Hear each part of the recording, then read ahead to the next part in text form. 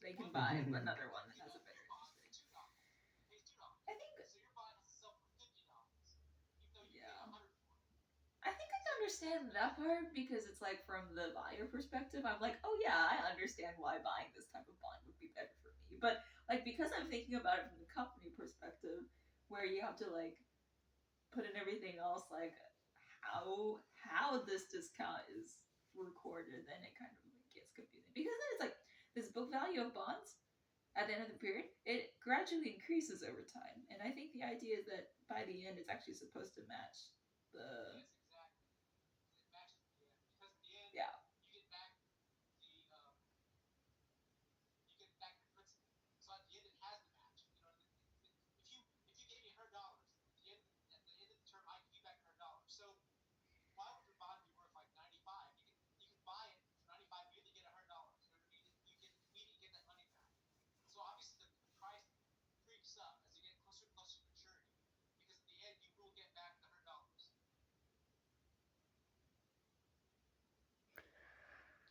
So it's kind of Okay, like well, so I'll it's work kind of on like it.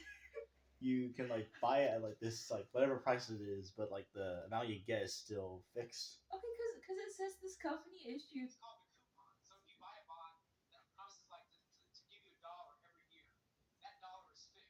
Yeah. Mm.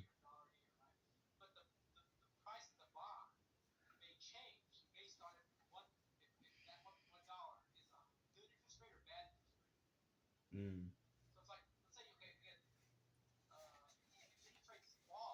Yeah. That's right.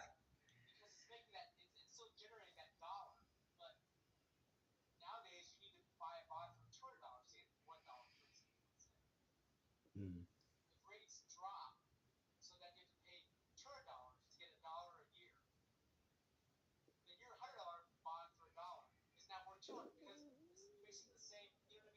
Yeah. Mm. I see.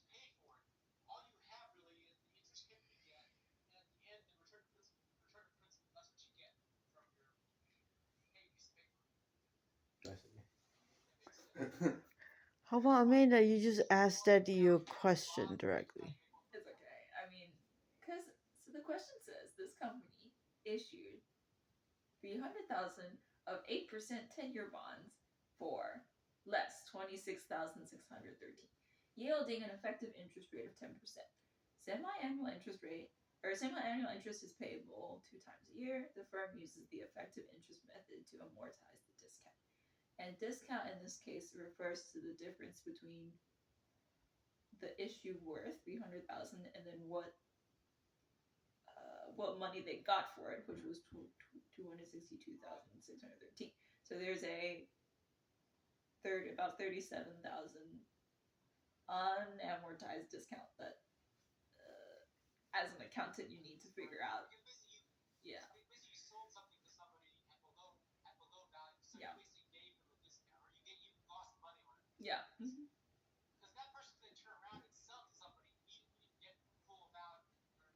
Yeah. So what's Amanda's problem? It's okay. I think I just like don't. I'd have to like read the chapter again and think about.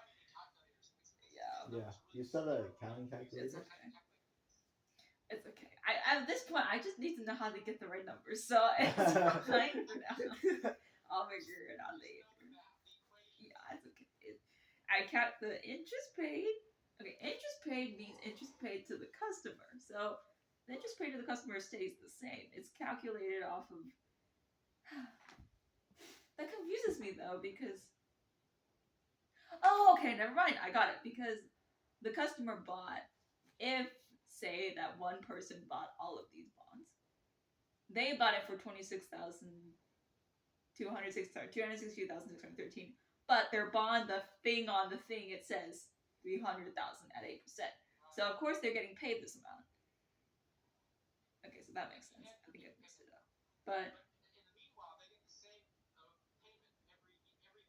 yeah, so it makes sense that this stays consistent, but the interest expense of the company itself it does change because it depends on the gap between their book value and then what was, but as their this is where I lose the thread. but it's okay.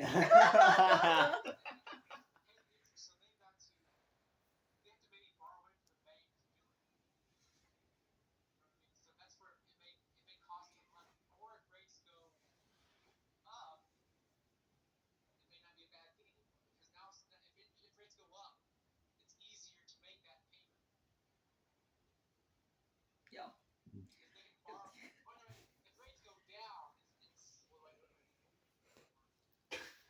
It's okay. I just was like, I wonder if as an understanding it conceptually would help with remembering what exactly I'm supposed to do, but I don't really know what else at this point, so maybe not. But I mean, I think this part makes more sense now because this is what the customer gets, which means that it's what's paid, which means it's what that's how much cash is being paid out. But this other stuff is indeed all on the company side, so that this is probably the harder part. That's why this is not that bad. So by selling somebody a bond, you're basically saying I will give you a dollar, whatever, a dollar for the next 10 years. At the end, I'll give you back $100. Yeah. So at that point, you have a debit. You know, you have yeah, because you know you have a obligation, right? You have to pay the customer this much money every year, and then at the end, you got to pay them back the principal. So then you have a fixed, you know what your obligation is. It's fixed in terms of the money, the interest you have to pay out, and then at the end, you have to pay back the principal. So in return, you got the customer's principal, which is less than the value you're going to pay out at the end. So to make up that difference, you need to basically have your company make money to give them back some of that money. And maybe it makes a little bit more because you got to make up for the difference in face value. Yeah. Okay. This like maybe whatever $5, and you're going to give back 10 in 10 years, whatever, plus the interest you pay them every year.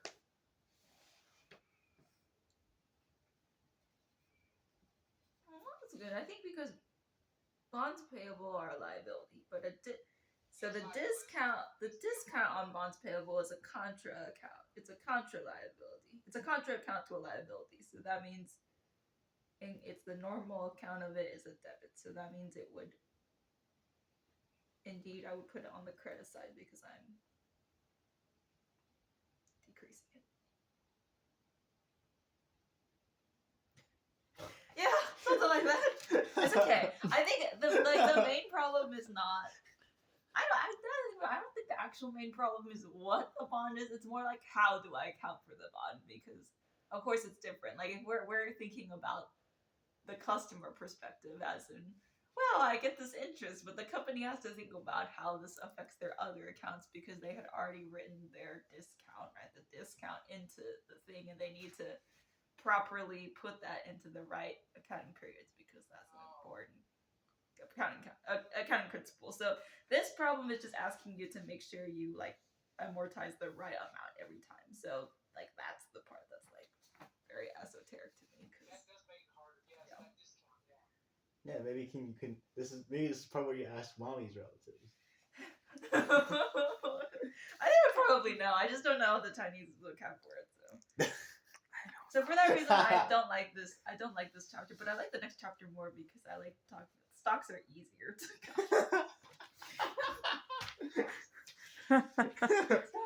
Now we know what Daddy can do after he retires. He can have fun with accounting. Yeah, you'll probably have fun with it. I think your knowledge is more rooted in personal finance, which is stuff that I'm not learning because accounting is not personal finance. So.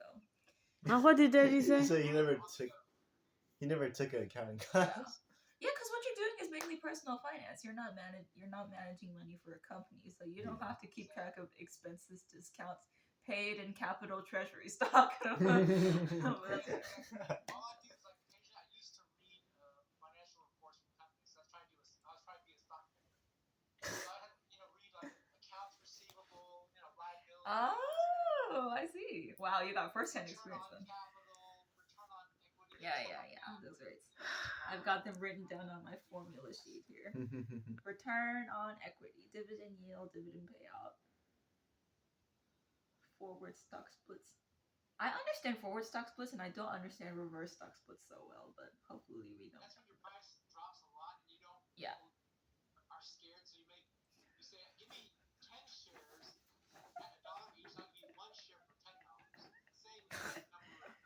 Yeah, that's right. It's when the company wants to increase their par value, but if they want to decrease it, likely to get more people to buy, then they would do a forward stock split. It's a good sign when your stock keeps going up in value. You cut it in half, and it just looks great. A 2-for-1 stock split. We will give you for every 1 share you have, we will give you 2. Yeah, I remember like didn't Nvidia do a stock split of some sort? It was like earlier this year. I remember reading about it. So yeah. That's usually a sign your company's doing well. If you have a reverse stock split, it means your company's doing poorly because your value is going down. Too With low. some exchanges, they won't let you list. Oh, that's right. They Oh, want yeah, to make 'cause, like- sure that you're above a certain. Yeah, Yeah, because there's like a price threshold. One of the biggest companies that did this was like Citibank. Really? Back when you guys were 4 years old, we had that housing crisis. Well, And Citibank stock got killed. I mean, just absolutely murdered. They had to reverse stock split. This is a big, gigantic corporation, well-known name. It's prettier. But they were Had to do a over-leveraged, reverse stock and they just got killed on mortgages and stuff. Yeah. They were bad. So they lost a ton of money, and they probably should have failed, but the government didn't let them. So, but they didn't do well. So they had to reverse stock split. it kind of reminds me of a video I was watching earlier today. It's mainly about like NFTs and stuff. But like in the intro, the guy was talking about like how like the 2008 stuff. It's because like they put too many. They kept trying to pack too much stuff into like bonds or something like that. Like they're like heavily relying on those, using the housing market, building mid-sized houses that that look attractive to businesses, not like actual stuff people wanted. And it's like people were also using those houses as like speculative investments, so which didn't really help any better when people couldn't pay off their mortgages and stuff. Yes, it was a mess. Yeah. Okay. Good job. Good job. I'm glad you guys understand each other. I have to go take the test before it comes. Yeah, Daddy. Yeah. Amanda need to take a test. Okay. Good luck, Amanda. She's been recording. 对啊, I'm recording you guys having a fun conversation. Amanda, 你要不要上厕所啊? You did? Yeah, she did Okay, earlier. 好. Okay, she will go take the test. And I'll say hi. See you. And see you later. Yeah. Good luck tomorrow. I think it's just gonna be cold tomorrow. I guess it's not gonna rain. I guess. It's gonna be a little chilly tomorrow. Kinda, yeah. Yeah. And hopefully they'll fix the heater tomorrow. So. Poor daddy. Aww. But at least the bunnies are having fun. Yeah, bunnies are happy. Okay, 好啦. Yep. Talk to you Good tomorrow. night. Good night. Night. Good night. Bye. Bye. Okay, Bye. bye.